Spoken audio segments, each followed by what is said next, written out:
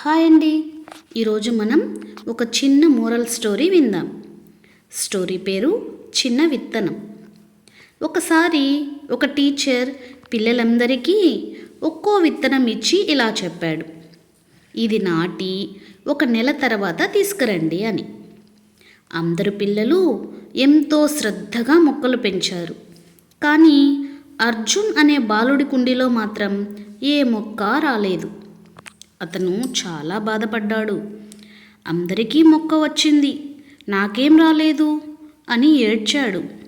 1 నెల తర్వాత అందరూ స్కూల్కు తమ మొక్కలను తీసుకొచ్చారు.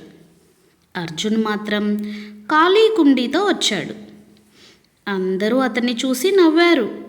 కానీ టీచర్ మాత్రం చిరునవ్వుతో ఇలా చెప్పాడు, విజేత అర్జునే అని. అందరూ ఆశ్చర్యపోయారు.